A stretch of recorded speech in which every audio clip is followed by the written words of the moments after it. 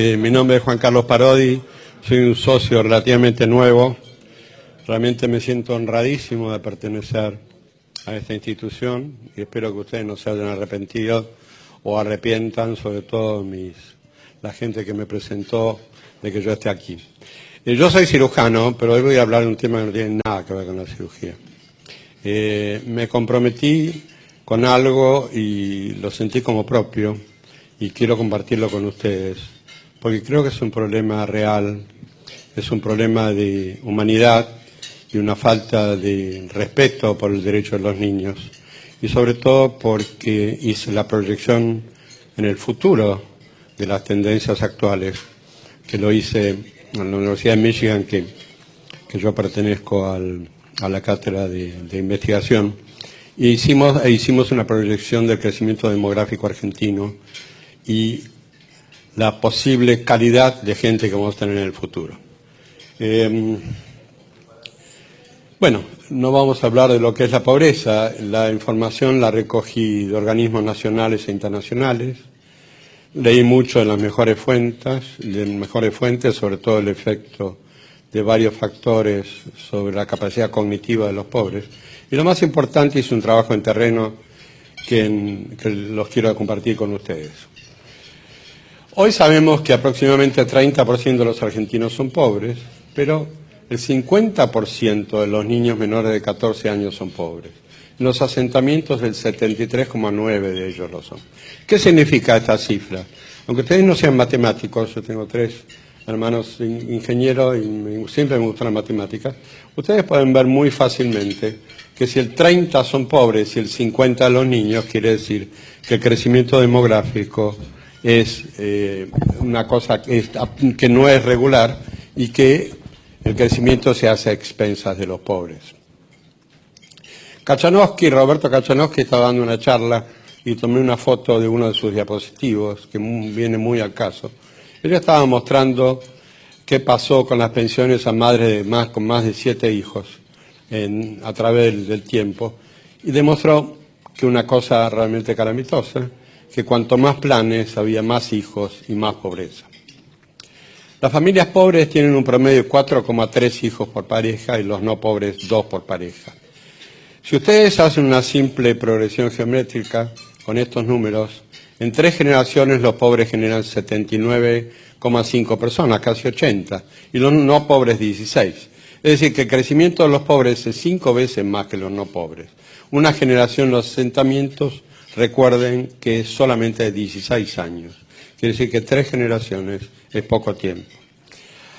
Los invito a que hagan la progresión de esto con los datos que le voy a dar. En la década del 90 tuve la ocasión de trabajar en Imperial College en Londres para enseñar una técnica quirúrgica que desarrollamos en el país.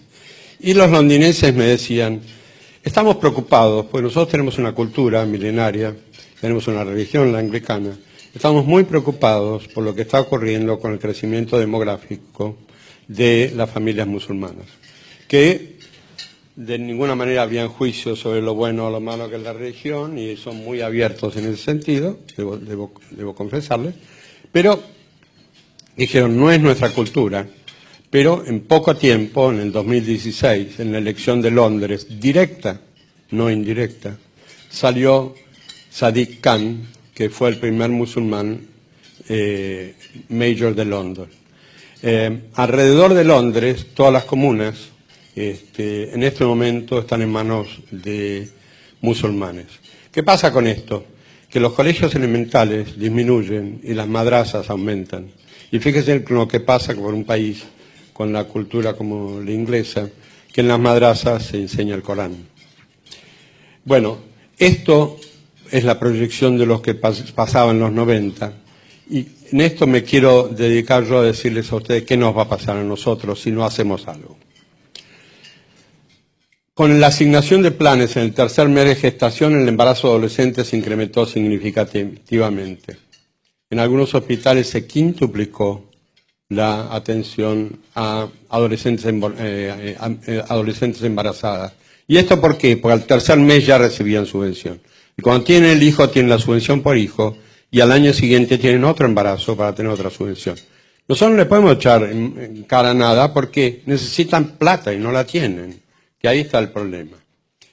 Hay en uno de los estudios, que les recomiendo que lo lean, que fue un bestseller del New York Times por muchos años, que se llama Freakonomics, que está en inglés y en castellano, de Levi Dubner, que estudiaron, uno de los capítulos sobre criminalidad.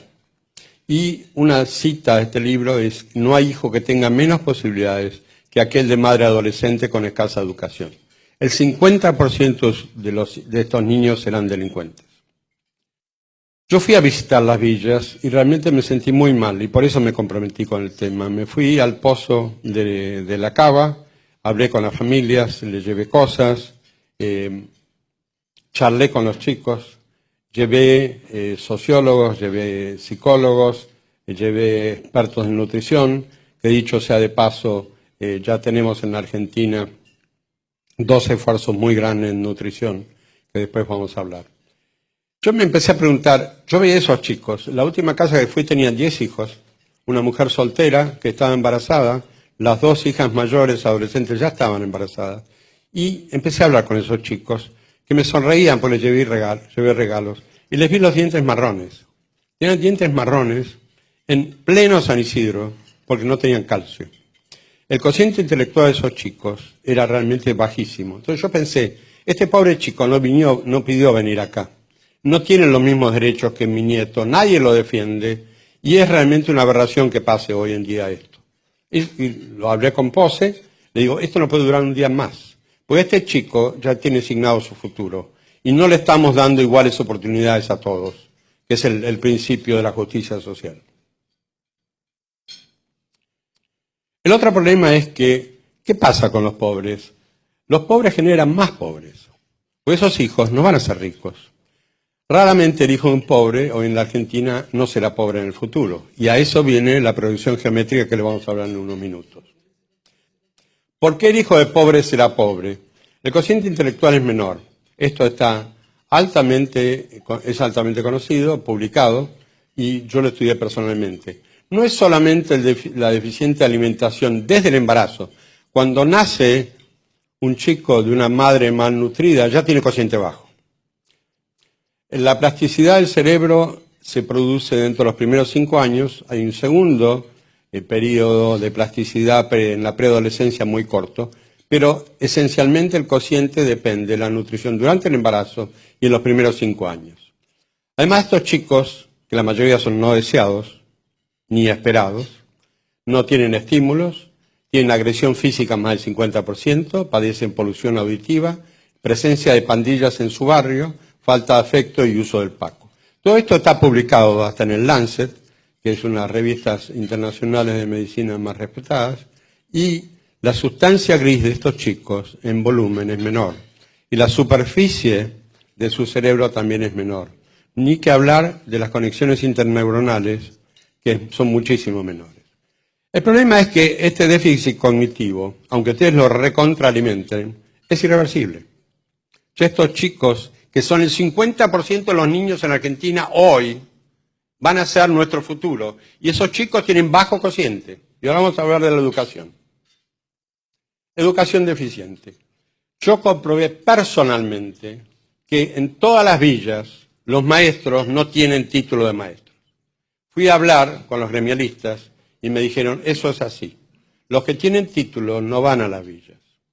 Entonces tenemos que convocar a los que abandonaron el estudio, que no tienen título para que sean maestros. Quiere decir que en los lugares donde más educación necesitamos, tenemos a los peores maestros. Esto pasa hoy en la Argentina. Arieto Guadañe dio una charla interesantísima y nos decía, los hijos de los pobres no van a la universidad. No tienen las mismas posibilidades que tu hijo y tu nieto. No tienen ninguna. Entonces, ¿quién los defiende a los niños pobres? Nadie. Nadie. ¿Ustedes creen que con la subvención universal por hijo bajaron solamente el 5,6% el índice de pobreza? Es decir, ellos no pidieron venir a este planeta, tuvieron la desgracia de nacer en un lugar carenciado, su alimentación fue insuficiente, no tuvieron estimulación ni afecto, la mayoría recibieron castigos, muchos fueron abusados. La educación fue insuficiente, su mente no le permite competir con sus pares para alcanzar una profesión, un oficio o un trabajo digno. Es decir que su destino, como decíamos antes, estaba sellado. Eran perdedores, desocupados, resentidos, y muchos de ellos abrazarán el delito. Con la proyección del crecimiento demográfico asimétrico, como estamos hablando, en pocos años, la mayoría de los niños futuros adultos en nuestro país serán pobres, con capacidad mental disminuida y educación insuficiente. ¿Qué pasó con el delito? Desde el año 86 hasta ahora aumentó 10 veces. Va a seguir aumentando mucho más, porque ese 50% de niños, la mayoría ya fumó paco. Y acá está Pepe Milei, que casualmente está estudiando el efecto del paco con el cerebro. Y es devastador. Es decir, ¿quién nos está defendiendo estos chicos? Nadie. Por eso yo vengo acá, y por eso soy cirujano y estoy hablando de un tema no quirúrgico. Hablamos de hijos no deseados. Casualmente en el capítulo de Freakonomics de Levitt y Dubner estudiaron las consecuencias de ser un hijo no deseado. La delincuencia se alimenta de ellos. Los peores criminales en los Estados Unidos fueron hijos no deseados. No hay que encarcelarlos ni matarlos, hay que evitar gestar hijos no deseados. ¿Qué hallazgos anatómicos hay en los estudios sobre estos chicos? Como les decía antes, menor superficie de la corteza, menor volumen de sustancia gris, el tiempo de plasticidad los 5 primeros años y el segundo periodo, como les decía antes, muy corto en la preadolescencia, que pueden recuperar muy poco de eso. Es decir, tenemos que hacer algo, y de hecho yo lo estoy tratando de hacer, y hay que hacer propuestas concretas. Los cirujanos somos gente de acción, porque si no lo hacemos se nos muere el paciente, y decimos, tenemos que no solo hacer propuestas, sino pelear por ellas y colaborar con ellas en lo que podamos. ¿Cuál es el problema? El problema obviamente es la falta de educación y la falta de conocimiento, y lo que sí tenemos que hacer es darle importancia al hecho de traer un niño al mundo. Hay que dignificar la creación de una nueva vida, darle la importancia que merece el bienestar y la felicidad de los niños. Y para eso se necesita fomentar la procreación responsable. Ustedes me dirán, eso es un enunciativo, en educación van a tardar 3 generaciones en aprenderlo. Lo que hay que hacer es hacerlo hoy. Como decía Kachanowski, aumentaron los planes y aumentó en forma exponencial y casi en línea vertical la cantidad de pobres. Acuérdense, 50%. 14 años o menos hoy en la Argentina, acá en nuestro país, el 50% son pobres. ¿Qué tenemos que hacer? Los incentivos económicos deben ser inversos. Las familias con 2 o menos hijos deben tener incentivo. Hay que suprimir los planes para futuras familias numerosas. Hay que suprimir la asignación universal después del segundo hijo. ¿Qué pasó en China? Ustedes habrán leído por años las hambrunas, que morían más de 10 millones, 20 millones, 30 millones. China, entre otras cosas, con los cambios económicos que se hicieron capitalistas, etcétera, etcétera, pero dijeron, cada familia en la ciudad, un hijo. En el campo, 2 hijos. ¿Saben cuál es el índice de pobreza de China hoy? 3%. Nosotros tenemos 30%. Como les decía, la educación y alimentación a la que más necesita. Abadi y Margarita Barrientos realmente son 2 próceres argentinos que están trabajando en esto. El problema es que yo le digo a Abadi está bárbaro lo que hace, pero no alcanzan los recursos para alimentarlos. Están creciendo en forma exponencial y no vamos a poder cubrir con recursos la alimentación adecuada y la educación adecuada de estos chicos. Entonces, ¿le estamos dando iguales oportunidades a todos? No. Somos injustos, no hay justicia social, y esto es el peor pecado nuestro. No le estamos dando oportunidades a esos chicos. No nos interesa que tengan 10 hijos, una mujer ignorante, no nos interesa qué está pasando con esos chicos. Hay que convencer a los padres, como yo traté, que no hay vivencia más enriquecedora que ver a sus hijos felices, con capacidad de progresar y tener éxito. Convencer a todos que la pobreza es carencia, no virtud. Y esto es un tema que tuvo una discusión muy importante, porque yo creo que esto es una verdad absoluta. Hay que terminar con la pobreza. No hay que pensar que la pobreza es una virtud. Una cosa es ser austero, no darse lujos mientras haya carentes, y otra cosa es hacer de la pobreza una virtud, cosa que no lo es. que es realmente una desgracia. Por otro lado, la Argentina tiene los mayores recursos naturales per cápita del mundo, seguramente ustedes lo sabían. Sarmiento terminó con los analfabetos, el primer país del mundo, pero en la economía mundial predominan los servicios. Y si bien tenemos gente capacitada, no tenemos estructura para competir. La participación de la agricultura en el comercio mundial, que nosotros nos sentimos muy fuertes, es del 3%. Tenemos millones de argentinos extranjeros con jubilaciones sin haber hecho aportes, planes y jubilaciones para todos, mientras que los niños del noroeste se mueren de hambre. Tenemos la carga impositiva, por otro lado, más alta del mundo. Es decir, este camino evidentemente no promueve el progreso, sino el oprimir a los que más producen.